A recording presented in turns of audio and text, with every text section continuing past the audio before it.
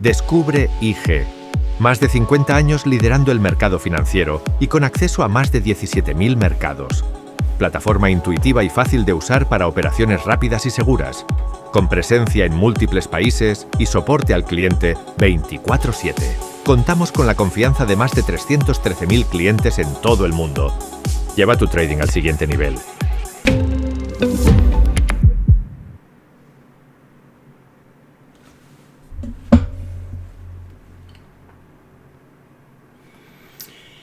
Bienvenidos una vez más a El Radar, soy Pablo Gil.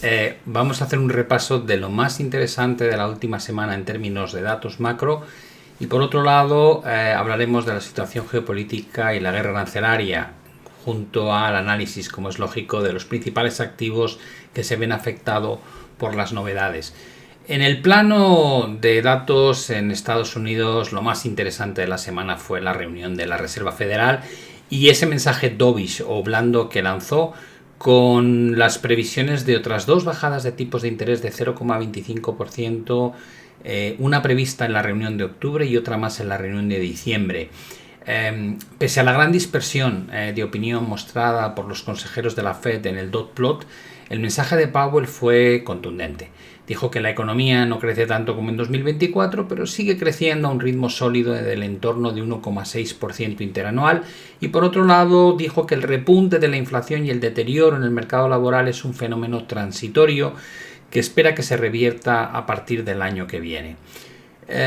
¿Cómo se lo ha tomado el mercado desde un punto de vista de las bolsas? Bueno, en primer lugar, lo que vimos fue una continuidad del movimiento al alza en el S&P 500. Como podéis observar aquí, básicamente no hay ningún cambio en la estructura de máximos y mínimos crecientes. La sobrecompra presente, como le llevamos comentando desde hace mucho tiempo, pero no es motivo para cambiar de opinión.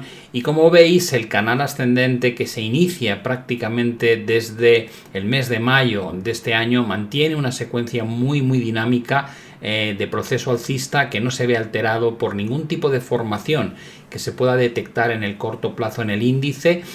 Por tanto, la siguiente fase será vigilar el último mínimo creciente que, como veis, se encuentra en el entorno de los 6.630 puntos, 35 puntos, y mientras no veamos una pérdida de ese nivel, ni siquiera hay una primera señal de debilidad.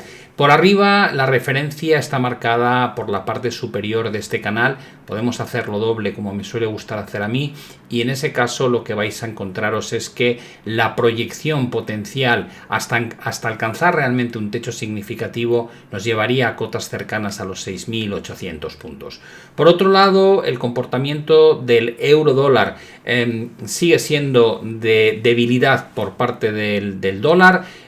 Tuvimos una ruptura de directriz, como recordaréis que comentamos en su momento, y esa corrección severa hacia la cota de 1.13, pero a partir de ahí el mercado ha conseguido restaurar la tendencia al alza y batir los máximos anteriores, que como veis ha dejado además una zona de soporte bastante interesante en torno a 116, 115,85. Por tanto, nada cambia la tendencia ni del dólar debilitándose contra el euro, ni tampoco de la bolsa americana, algo que nos indica que los inversores no han encontrado ningún motivo en la rueda de prensa de Jerome Powell y en su política monetaria como para cambiar el sesgo de lo que lleva siendo una realidad desde hace ya bastante tiempo. Por el lado de Europa nos encontramos con una situación donde los datos de inflación no han traído ninguna sorpresa. El objetivo del BCE, como sabéis, es del 2%, la inflación general está justo ahí en el 2% y la inflación subyacente ligeramente por encima en el 2,3%. A pesar de esa pequeña desviación de 0,3%, no se esperan más recortes de tipos este año por parte de Christine Lagarde, que no hace más que decir que se encuentra en una situación relativamente cómoda, donde el crecimiento se espera que afloje a lo largo de lo que queda de año, pero sin ser un problema grande, y la inflación de momento está bastante controlada, con un mercado laboral que está en una situación idílica, marcando mínimos históricos en términos de desempleo, lógicamente. Cuando hablamos de Europa, sin embargo, embargo, vemos una diferencia bastante importante en cuanto a comportamiento de las bolsas. Como podéis observar, el DAX alemán sigue enfrascado en esta corrección lateral, en una consolidación que empezó realmente en el mes de mayo y que ha llevado al DAX a rotar prácticamente a la parte de abajo y respetar una vez más, como veis, la gran zona de soporte. Si se perdiesen los 23.000 puntos es cuando podríamos empezar a hablar de un problema significativo con proyecciones hacia cotas de 21.400, 21.425. Pero mientras no salgamos de este rango, la realidad es que de momento no se prevé una restauración ni del movimiento al alza, que haría falta superar cotas de 24.630 para que eso ocurriese, ni tampoco una corrección significativa, porque para ello hace falta que previamente tengamos cierres consolidados por debajo de la cota de los 23.000. Esta situación es muy similar a la del Eurostoxx 50, pero con la diferencia de que en este caso el Eurostoxx 50 está atacando la parte inferior, la parte superior del rango. O dicho de otra manera, hay una situación bastante dispar entre la fortaleza exhibida por parte del Eurostoxx 50, del IBEX o incluso el CAC 40, que también ha tenido un comportamiento algo mejor después de toda esa fase de preocupación respecto a la situación política que atraviesa Francia, y sin embargo es Alemania el índice que básicamente ha ido restando potencial a Europa con esa rotación de la banda superior a la banda inferior. En cualquier caso, en el caso de Eurostoxx 50, el punto a vigilar por arriba son los 5.560 puntos. Romper ese techo implicaría continuidad al alza después de un proceso que, como veis, desde el mes de febrero no ha marcado nuevos máximos históricos. Por el lado opuesto, para hablar de fases correctivas como la que hemos mencionado en el DAX, haría falta que se perdiese la cota de los 5.150 puntos. España, a través del IBEX 35, atraviesa una situación un poquito distinta al resto. Como veis, aquí la tendencia es mucho más sólida, con una secuencia clarísima de mínimos y máximos al alza, y en este momento el área que debemos vigilar es el último mínimo en torno a los 14.650 puntos y por arriba el entorno de los 15.400, 15.450. Solo si se llegase a perder este suelo en torno a los 14.600 podríamos hablar de que se haya completado una estructura tipo doble techo que pudiese hacernos rotar nuevamente hacia la cota de los 13.780. Pero como digo, esta potencial formación tipo doble techo solo tiene sentido hablar de ella en el supuesto de que se pierda este suelo, y de momento hay margen más que de sobra para que la corrección no active una estructura de distribución. A partir de aquí merece la pena hablar de los datos que se han publicado tanto en Japón como en China. El dato de inflación de Japón dio un pequeño respiro al Banco Central, porque la expectativa era que la inflación remitiese suavemente del 3,1 al 2,7%, y así ha sido. Es cierto que Japón lleva prácticamente 3 años con la inflación fuera completamente del objetivo del 2%, e incluso esta corrección hasta el 2,7% es algo que hemos vivido en los últimos 3 años, y no por ello se ha consolidado un camino hacia el objetivo que tiene el Banco Central. Yo creo que apoyado en esta mejora, el Banco de Japón ha decidido mantener las tasas de interés en el 0,50%, tal y como se estaba esperando. Sin embargo, la novedad ha sido que el anuncio del Banco de Japón ha sido hacer algo que históricamente no habíamos visto antes, y es devolver la política monetaria lentamente a un entorno menos acomodaticio.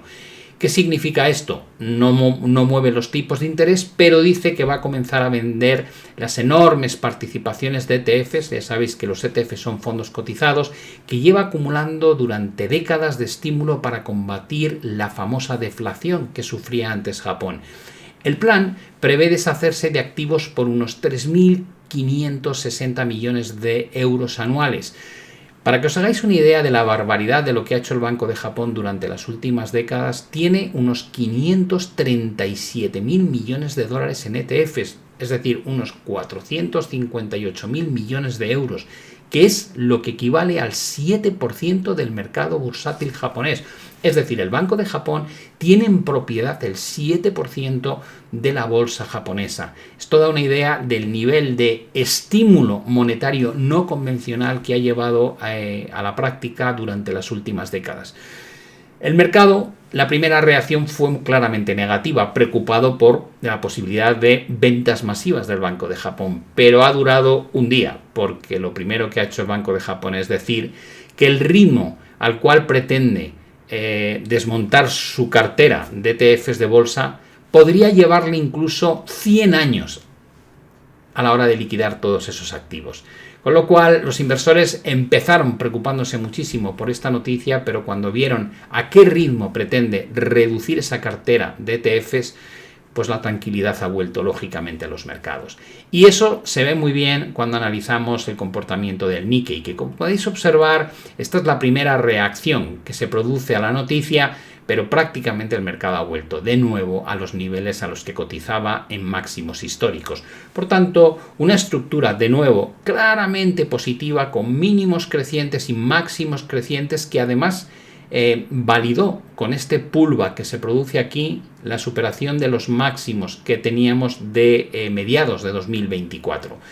Además, el Banco de Japón ha conseguido que apenas haya variaciones en la divisa. El dólar contra el yen se lleva moviendo prácticamente semana y media o 2 semanas en el entorno de los 147 puntos. Es cierto que aquí hay un techo significativo entre los 147 y los 149 puntos y que mientras no se supere esta área de techos es raro que veamos un movimiento favorable al dólar contra el yen. Por otro lado, lo que podría activar una figura realmente peligrosa con grandes repercusiones a la baja implica que antes perdamos la cota de 140 y en este momento, como podéis observar, estamos mucho más cerca del techo que del suelo. Por tanto, la noticia del Banco de Japón se ha quedado prácticamente sin efecto tanto en la bolsa como en la divisa. Por otro lado, el Banco Central de China decidió mantener sin cambio los tipos oficiales en el 3% y los tipos a 5 años en el 3,5%. Es algo que estaba totalmente esperado y por tanto la repercusión que ha tenido ha sido pequeña. Si miramos lo que está ocurriendo con la bolsa china, descubrimos que la estructura alcista de mínimos crecientes sigue intacta y que tras haber superado la zona de máximos alcanzada en marzo de 2025 y que luego atacó en sucesivas ocasiones a lo largo del mes de agosto y septiembre, una vez superada es probable que se configure ahora como un gran suelo.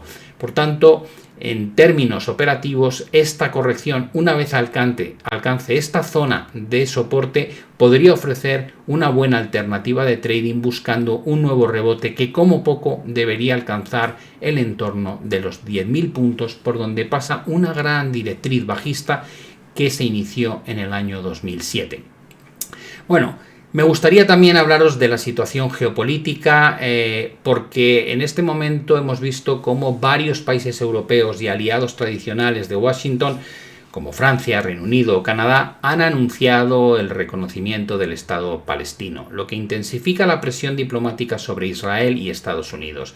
Al mismo tiempo, estamos viendo recortes presupuestarios y un giro ideológico impuesto por la nueva administración de Trump que ha obligado a Naciones Unidas a reducir su tamaño, su ambición y el alcance de sus misiones de paz, debilitando aún más, si cabe, la capacidad para responder a conflictos como el que actualmente hay en Gaza, en Ucrania, Irán o Haití.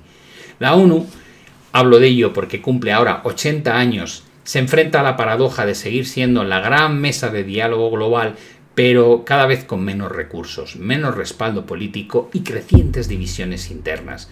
Mientras el mundo se enfrenta a guerras, hambrunas y crisis humanitarias, la organización se ve forzada a hacer menos con todavía menos recursos. Tiene que revisar sus programas y suprimir objetivos históricos de igualdad y diversidad. La Asamblea se convierte así en un reflejo de lo que está pasando a nivel mundial, esa fragilidad del orden multilateral, atrapados entre la necesidad de actuar y las limitaciones impuestas por quienes tradicionalmente garantizaban su funcionamiento. momento. En el plano de la guerra arancelaria, en los últimos días lo que me ha parecido más interesante es la reunión que mantuvieron en España Estados Unidos y China, donde han alcanzado un preacuerdo marco para la operación de TikTok en Estados Unidos. Ya sabéis que llevamos con este tema muchos meses, donde Donald Trump no hace más que retrasar o ampliar el plazo de negociación, pero al menos parece que bajo este pacto que se ha alcanzado, los inversores estadounidenses controlarían la mayoría de las acciones de la filial norteamericana. 6 de los 7 puestos en el Consejo serían ocupados por Estados Unidos y, lo más importante, tendría cierto control en el manejo del algoritmo que utiliza TikTok. En este caso, una de las compañías que se podría ver claramente beneficiada es Oracle, porque gestionaría la infraestructura de datos de los usuarios estadounidenses. En una muestra, en mi opinión, de menor tensión entre las dos grandes hegemonías mundiales como son Estados Unidos y China, esta última ha decidido cerrar una investigación antimonopolio que había abierto contra Google. Creo que es una señal clara de que hay un poco de entendimiento entre Xi Jinping y Donald Trump, y por tanto es algo que celebra el mercado, porque, como es lógico, cuanta menos tensión haya entre los dos bloques, más fácil es que continúe el mercado alcista. Me gustaría completar el análisis de hoy con algunos otros activos que solemos repasar de forma recurrente. En este caso, lo que está pasando con las materias primas. Si os fijáis, el movimiento del petróleo sigue estando prácticamente lateral desde principios de agosto. No hemos conseguido hacer ni nuevos mínimos, porque tenemos un soporte muy definido en torno a los 61,30 dólares barril, pero por otro lado está claro que los máximos cada vez son más bajos. Esto da lugar a una potencial figura tipo triángulo descendente, pero de nuevo, hablar de formaciones que todavía no se han consolidado y no se han activado no tiene mucho sentido. Por tanto, vigilad la cota de 61,30, porque en caso de perderse no sería nada raro que podamos ver movimientos estructuralmente hacia el gran soporte que quedó marcado en los meses de abril y mayo en torno a los 55 dólares barril. Para hablar de recorridos hacia cotas más altas, lo primero que tendría que pasar es que cambie esa estructura de máximos decrecientes, por tanto haría falta superar la cota de 64,40. Los que sí van como auténticos tiros son el oro y la plata. En el caso del oro ya hemos alcanzado el objetivo. Recordad que la proyección de este rango de consolidación lateral apuntaba a subidas hacia niveles de 3.722 y el oro, con el cierre del lunes, ya ha tocado esa cota. ¿Qué quiere esto decir? ¿Que no va a poder seguir subiendo? En absoluto. Todo lo que vemos en el gráfico sigue siendo tremendamente positivo. Lo único negativo viene de la sobrecompra extrema en los indicadores diarios, semanales y mensuales. Pero esta realidad es con la que convivimos prácticamente con la bolsa, algunas criptomonedas, el oro y la plata desde hace mucho tiempo. No se percibe ninguna formación de distribución, no hay aparentemente ningún tipo de estructura peligrosa a la vista, y cualquier caída que pudiese generarse de forma significativa debería frenarse sin problema en la cota entre los 3.430 y los 3.490 puntos. Por el lado de la plata hemos visto cómo se ha acelerado de forma dramática el movimiento al alza. Había quedado muy atrás respecto al buen comportamiento del oro y parece que los inversores finalmente han decidido apostar a que la plata va a recuperar parte del terreno perdido contra el metal precioso por autonomasia, que es el oro, y en este momento ya podemos decir que se ha superado con creces el objetivo que teníamos previsto de la proyección del rango lateral, que apuntaba hacia desplazamientos de 40,5 dólares la onza. ¿Cuál es la referencia en la plata? A diferencia del oro, que está en máximos históricos, en la plata, como podéis observar, podemos observar techos en 2011 en el entorno de 50, diría más bien entre 48 y 50, que son los mismos máximos que ya alcanzó este activo en 1971. Por tanto, la velocidad con la que está ascendiendo la plata siempre es un problema. Llevamos bastante sin ver correcciones significativas, pero eso no quiere decir que se vaya a producir un cambio de dirección de manera inminente. Me parece más probable que veamos continuidad en el proceso al alza hasta acercarnos a esos máximos históricos de 48.50, y ahí sí, lo más probable es que desde ese punto veamos cómo el mercado se toma un respiro, muchos inversores van a recoger ganancias y eso podría dar lugar a alguna corrección de cierto calado. Pero como veis, todavía estamos lejos de ese escenario y además no hay ni siquiera divergencias en los indicadores y tampoco ningún tipo de estructura que nos avise de una corrección inminente. Por el lado del comportamiento de las criptomonedas, sí hemos visto algo más de debilidad, en el sentido de que Bitcoin, una vez alcanzó su objetivo en torno a los 125.000, ha sido incapaz de continuar su proceso al alza. Lo más positivo es el rechazo que ha hecho de la anterior zona de máximos. Si anteriormente la cota entre 106.000 y 111.000 representaba un techo que costó mucho romper, porque lo intentamos en diciembre de 2024, posteriormente el 20 de enero y más adelante en el mes de mayo y en el mes de junio, cuando luego ha llegado la corrección, esa anterior zona de techo se ha convertido en una zona de suelos o de soporte. Ese área pivote entre 106.000 y 111.000 es la referencia que debemos vigilar. Solo si se pierde ese nivel de soporte, creo que es probable que veamos rotaciones hacia la directriz que une todos los mínimos crecientes desde el año 2024 y que en este momento, como podéis observar, se encuentra en el entorno de los 93.000 a 95.000 puntos. Ethereum, para terminar, es una de las criptomonedas que mejor lo ha hecho este año, pero se ha enfrentado a la dificultad de batir los máximos históricos alcanzados en el año 2021.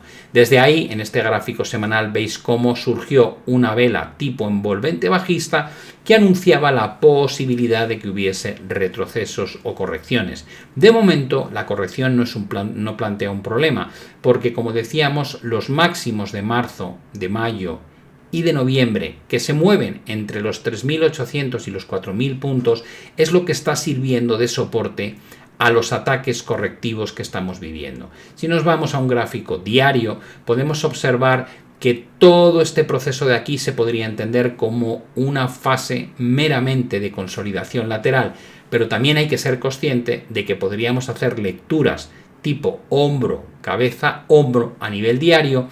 Y eso quiere decir que si se pierde esta zona de soporte, no sería nada raro que la corrección tenga cierto calado.